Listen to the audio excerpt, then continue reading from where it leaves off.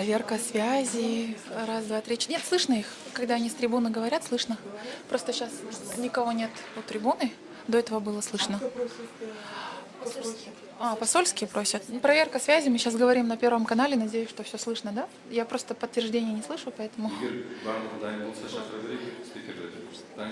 Синхронисты. Первый канал мы вас слышим, второй канал проговорить.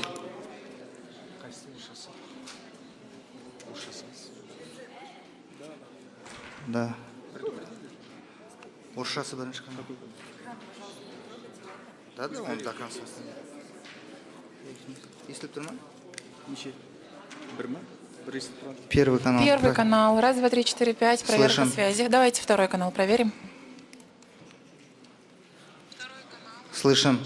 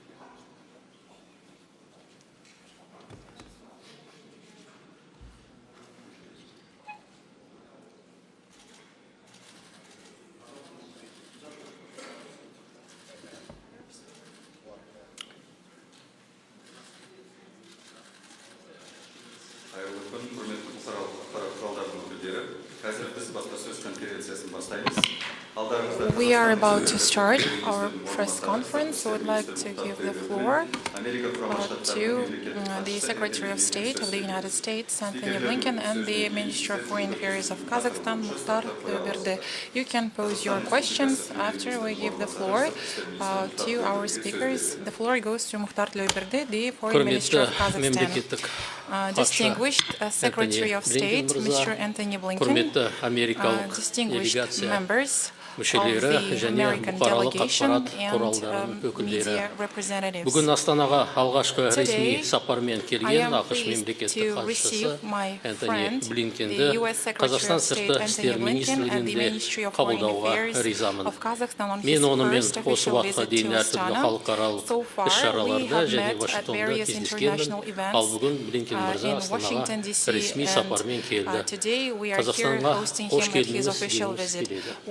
Бүгінгі күндің бірінші жартысында ақш делегациямен өте нәтижелі кездесулер өткіздік. Мемлекеттік хатшы Қазақстан президенті Қасым-Жомарт Тоқаевтың қабылдауында болды. Достық және сындарлы сипатта өткен келіссөздер барысында екі жақты және көп жақты күн тәртібіндегі өзекті мәселелер, сондай-ақ Қазақстан-Америка ынтымақтастығының перспективалары талқыланды. ақш-пен өзара әрекеттестік кеңейтілген стратегиялық серіктестік рухында дамып келе жатқан қанағатпен атап өткім келеді. Бұны саяси диалогтың сауда-экономикалық және инвестициялық ынтымақтастықтың жандануы растайды.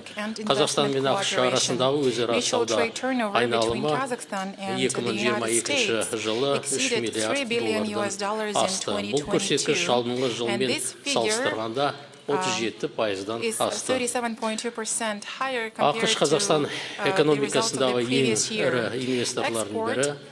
1993 жылдан бері ақш-тың Қазақстанға тікелей шетелдік инвестициялардың жалпы ағыны 62 миллиард доллардан асты.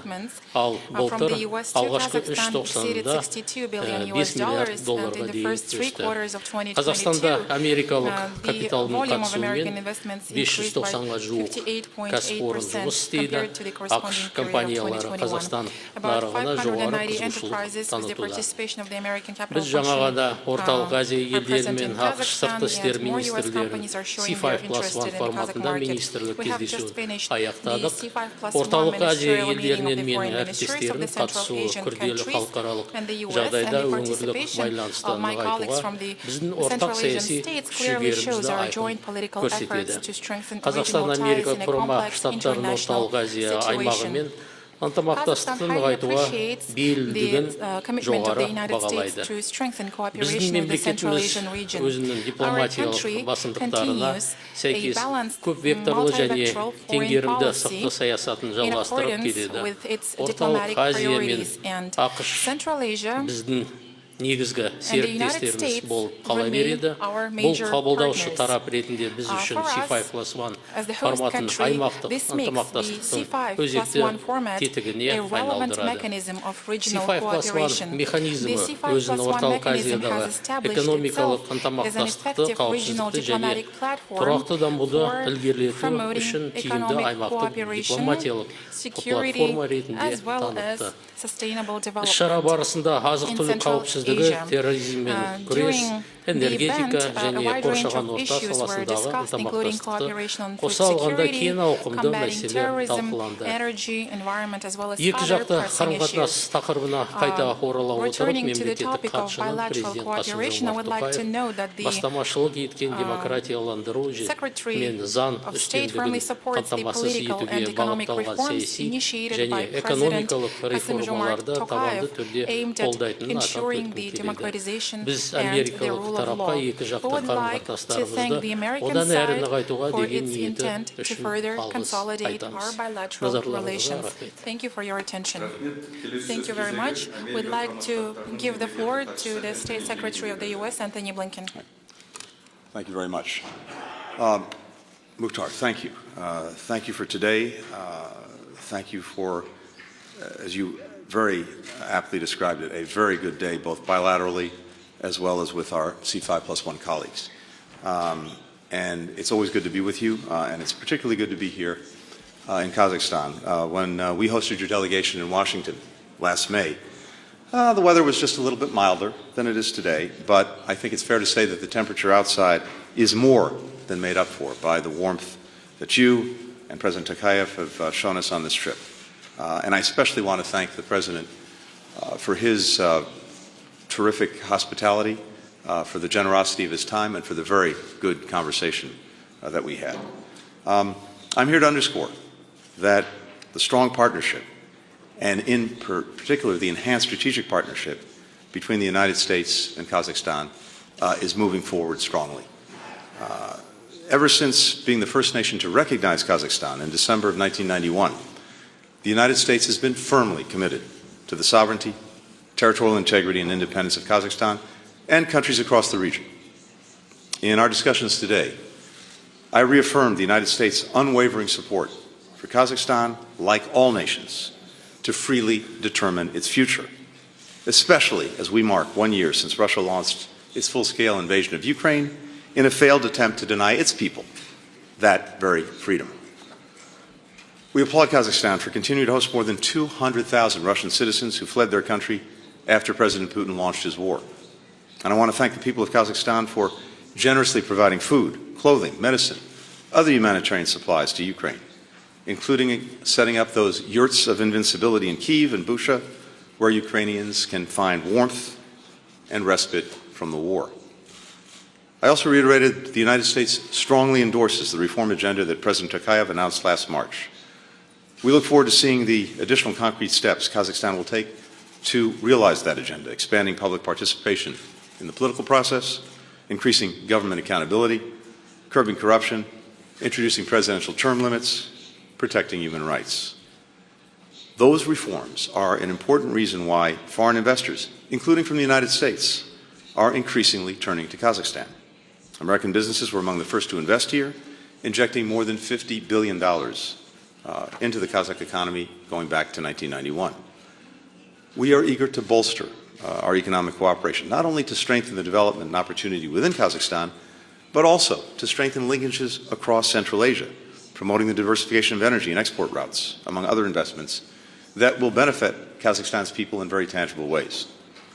Kazakhstan also continues to be a valued partner on key global issues, reducing the spread of nuclear weapons by dismantling Soviet-era missiles, contributing to vital UN peacekeeping operations from Lebanon to Mali, exploring the galaxy through space cooperation, repatriating and rehabilitating more than 600 foreign terrorist fighters and their families.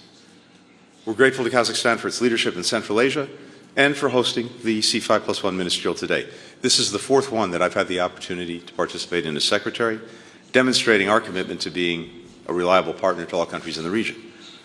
We discussed with our fellow ministers from Kazakhstan, from Kyrgyzstan, from Tajikistan, from Turkmenistan, from Uzbekistan, concrete ways to continue to advance our shared economic, energy, environmental, and security goals. The C5+1 is an increasingly important platform. Central Asian governments are strongest when they work together to address common challenges and to shape their own future.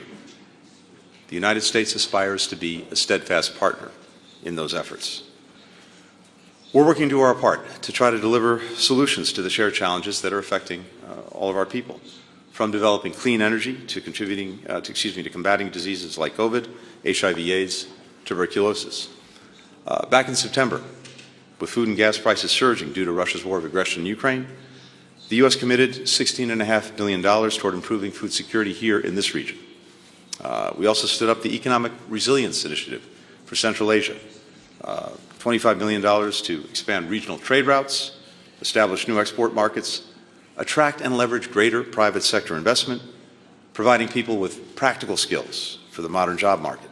Today, I'm announcing an additional $25 million to that initiative, a total of $50 million to build up the regional economy, and especially to make sure that people have the skills they need to succeed in this global economy. To further empower and connect the people of Central Asia, we're launching an effort to increase English language proficiency for more than 1,000 young professionals in government and across civil society. So, we've had a very productive day of conversation and a number of new initiatives that we hope will build on those discussions to the benefit of our partners in Central Asia. We sat around the table behind you with our colleagues from the C5+1, and I have a notebook filled with very good, concrete ideas about how we can further deepen our collaboration and address in practical ways the challenges that we're facing. I mentioned space exploration a few moments ago, so let me just close by noting that 7 astronauts are currently orbiting above us in the International Space Station. They hail from different countries. They speak different languages. But many of these astronauts journey to the stars together from Kazakhstan, and they will land here in Kazakhstan when they return to Earth. To me, that's a wonderful symbol of how this country can be a launching pad for our collective progress on Earth through the partnership between the United States and Kazakhstan, across Central Asia, around the globe. Thank you. Thank you very much, dear colleagues. Now it's high time for you to pose your questions. Please raise your hands, introduce yourselves, and name a person that you would like to address your question to. Добрый вечер, Жанна Оказбаева, телеканал «Атамикен Бизнес». У меня такой вопрос. Запад объявил о необходимости закрыть пути обхода санкций для России. Насколько высоки риски вторичных суверенных санкций для стран Центральной Азии, в частности для Казахстана? И в каком случае их могут ввести, ведь из-за введения санкций против России страдают и наши экономики, в том числе Казахстана, Узбекистана, и что предлагает США, чтобы Uzbekistan and Kyrgyzstan are suffering as well. What are the compensations for our countries? Whom you are addressing your question to the Secretary of State. Thank you very much. First, let me start by saying this. The sanctions that dozens of countries around the world are imposing on Russia, as well as the export controls, didn't just materialize out of thin air. countries came together to impose them because of Russia's invasion of Ukraine. Its aggression against not only Ukraine, but against the very principles at the heart of the international system of the United Nations Charter: territorial integrity, independence, sovereignty, principles that matter deeply to countries in Central Asia, including Kazakhstan. And so, in response to what Russia did, countries around the world, including the United States, have been supporting Ukraine in its efforts to defend itself against the Russian aggression, but also to try to put what pressure we can on Russia, to impose costs on Russia so that it stops the aggression, pulls its troops out, and restores Ukraine's full sovereignty. That's what this is about. So it's important to put it in that context. We are watching compliance with sanctions very closely, and we're having an ongoing discussion with a number of countries, including our C5 partners, on the economic spillover effect, because we're very conscious that this Russian aggression has had real consequences not just for Ukraine and not only for the principles I mentioned, but in very concrete ways for countries around the world, including here in Central Asia. We're issuing licenses that make sense. We're sharing information with our partners, and we're supporting the C5 countries in their efforts to diversify their own trade relationships. So, for example, licenses have been granted for companies or entities in countries that are engaged with sanctioned Russian companies so that they have time to wind down those activities and to cut their ties with Russia. It's not like flipping a light switch. We understand that sometimes you need time to do it in a way that doesn't harm your business. We'll do our part to strengthen the region and improve the lives of people living in Central Asia ourselves in concrete ways. I mentioned a few of them with some of the initiatives that we've engaged in. As I said, I announced $25 billion through the Economic Resilience Initiative for Central Asia, expanding regional trade routes, so that gives new opportunities, new places for countries to engage and to trade, new export markets, so that they're not reliant just on one country, and then attracting private sector investment. And today, as I mentioned, I'm announcing an additional $25 billion to that effort, bringing the total to $50 million. So it's a long way of saying we're very conscious of the spillover consequences of Russia's aggression. We're doing everything we can to minimize them, to mitigate them, and create new opportunities, different opportunities for partners here in Central Asia. Если позволите, хотел бы добавить, что между правительством Казахстана и администрацией Соединенных Штатов налажены регулярные консультации по данному вопросу об избежании негативных последствий для экономики Казахстана, а также во избежании возможных различных вторичных санкций. С двух сторон назначены национальные координаторы, они на регулярной связи между собой прибывают, и американская сторона, мы благодарны, заранее very thankful to the American side for informing us about possible cases of the imposition of secondary sanctions as early as possible. Therefore, I would like to say that for the time being, there is no single Kazakh company or there is not a single Kazakh sector that has been imposed secondary sanctions. Thank you. Thank you very much. Who wants to pose our next question? Thank you so much. Vivian Salama from the Wall Street Journal. Thank you so much, Foreign Minister, for having us. You actually just answered my first question, so I'm going to mix it up a little bit. Are you concerned at all about how deeply entrenched your economy is with Russia, that it would take too long for, say, new allies, new partners like the US and Europe to be able to sort of fill that void moving forward? And Mr. Secretary, you also just answered my first question, but I do have a second one for you regarding the potential Chinese lethal aid assistance to Russia. There have been a number of public statements from you and a number of members of President Biden's cabinet expressing concern about China's deliberations. Can you elaborate a bit on what the U.S. and its allies are doing to persuade Beijing away from such a move, and what consequences it could face if it delivers on any such aid? Thank you. Yes, I'd like to say that indeed Kazakhstan has very historic ties with both Russia and Ukraine.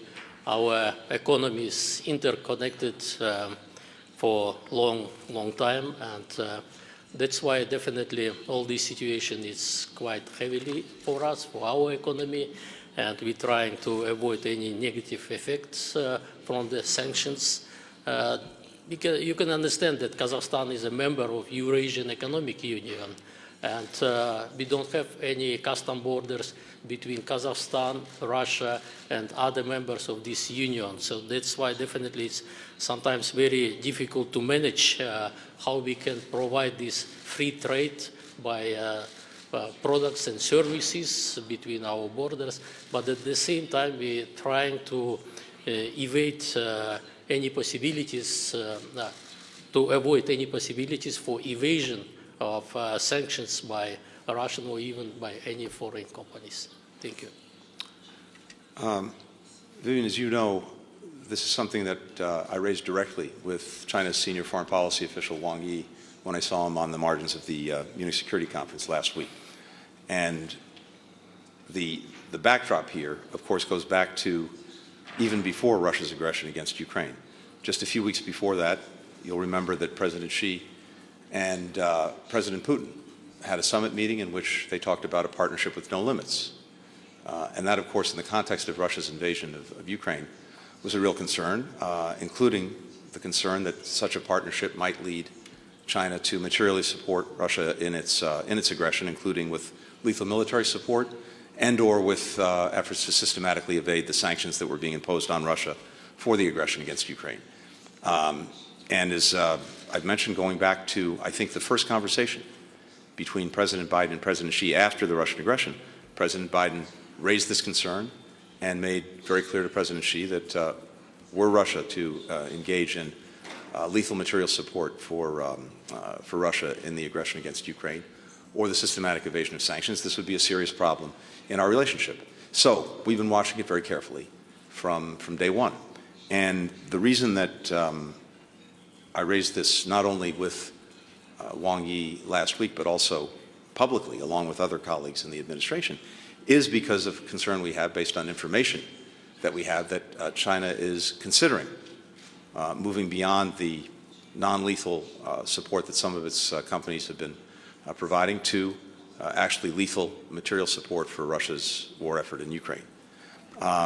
And what I can share with you is that we did very clearly warn China about the implications and consequences of going through with providing such support.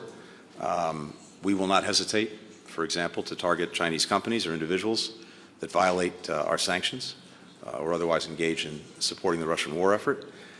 Beyond that, what I heard very clearly from countries around the world that I've been engaged with over the past 10 days, since these concerns have first been raised and shared with many countries, is that this is not only something that would be a serious problem for China and its relationship with us, but a serious problem in its relationship with countries around the world.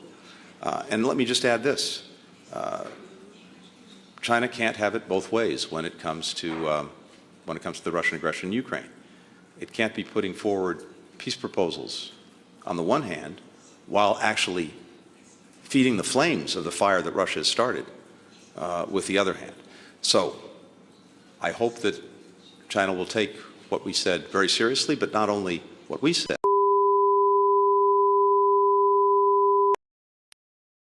From any further consideration of materially supporting Russia in the war effort.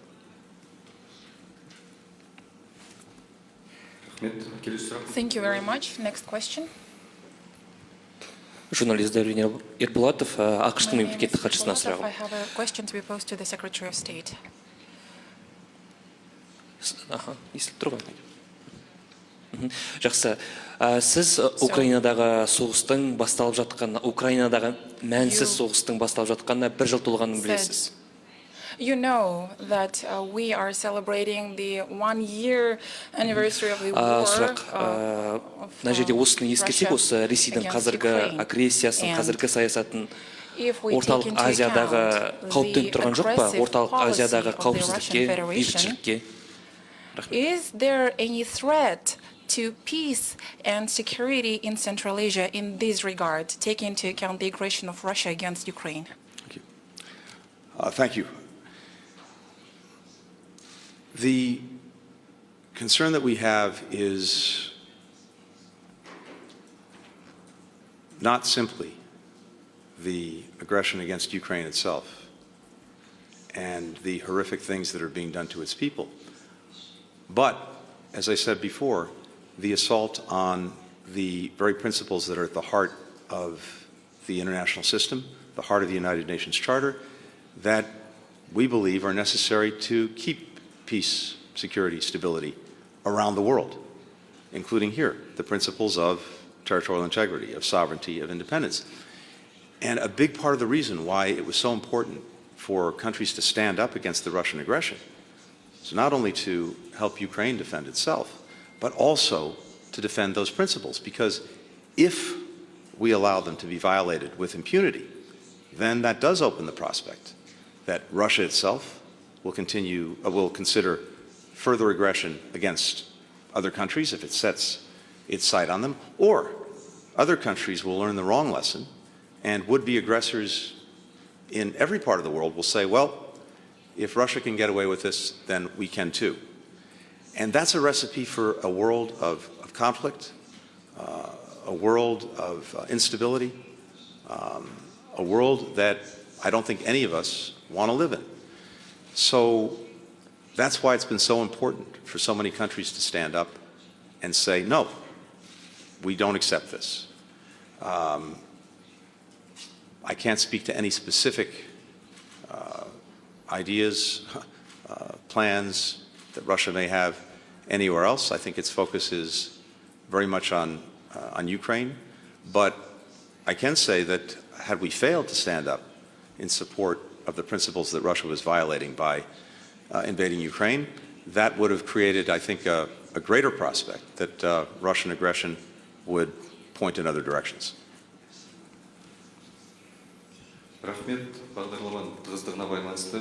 Thank you very much. Due to the lack of time, we have one final question. Thank you, Mr. Secretary. I was going to ask a question that's quite similar to my colleagues.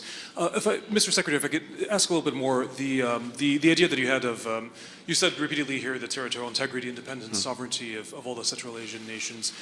Do you see that being at risk at all? I know you just mentioned that you don't see anything specific from Russia, but what are the types of things that the U.S. could provide? Are those security guarantees, if you want to put it that way, diplomatic support? What can the U.S. do to ensure that those values are held? And if I could ask the foreign minister a bit of the same thing. You mentioned historic ties both with Russia and Ukraine. To what extent do you feel any threat, any risk from what's happening in Ukraine, not just on the economic front, but also the security front? Thanks very much.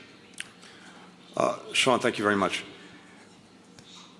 One of the things that we are working on in very practical ways is to demonstrate that the United States is a steadfast partner for countries in Central Asia. Our support for their independence, for their sovereignty, for their territorial integrity is real, but it's particularly manifested in two ways. One, it's manifested in helping them in different ways develop the strongest possible capacities for their own security, their growing economic prosperity, and the strength and resilience of their societies. That's the best way to make sure that going forward, these countries can determine their own futures consistent with those principles. And we're doing that on a bilateral basis, and we're doing that, as I mentioned, through the C5+1.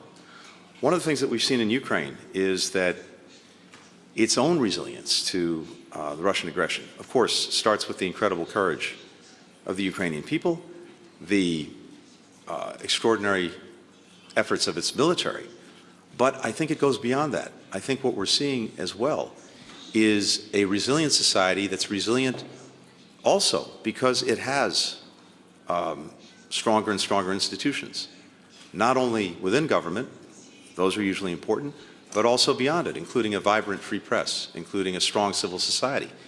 Each of those things is part of Ukraine's success story in dealing with Russia's aggression and in creating a country that's resilient to the aggression, that can deal with it, and that will bounce back from it. And so it's a long way of saying that, you know, our partnerships here, the work we're doing here, is also to help our friends in Central Asia build these kinds of strong, resilient societies with strong institutions, with ever greater capacity for their people, with more and more investment coming in from the United States and from other countries, with greater connections among them, because these governments ultimately are going to be even stronger when they're working together to meet common challenges. And I think that creates the kind of region where their ability to uphold their own territorial integrity, their own sovereignty, their own independence will be that much stronger. Yes, I just mentioned that definitely Kazakhstan doesn't allow to use its territory for evasion sanctions, but it doesn't mean that for today we have or feel any threats or risks from Russian Federation. As I answered on to the first question, Kazakhstan is a member of the Eurasian Economic Union, Collective Security Treaty Organization, Commonwealth of Independent States, with other states and countries surrounding Russia. So our relationship we consider as a alliance in the framework of all these multilateral structures. And for bilateral cooperation relationship, we have solid legal base, and which is more important that we completed delimitation process, the state border between Kazakhstan and Russia, and as you know, is the longest land border in the world. It's more than 7,500 kilometers. Now we are in the process of demarcation. It's almost 70% of this border completed. We have regular consultations between the government and head of states on the different issues. And as you know, Kazakhstan will continue its multi-vectoral foreign policy. It means that we are trying to keep the system of the check and balances and to develop the mutually beneficial cooperation relationship with all the countries of the world. Thank you. Dear colleagues, our press conference is over. Thank you for your attention.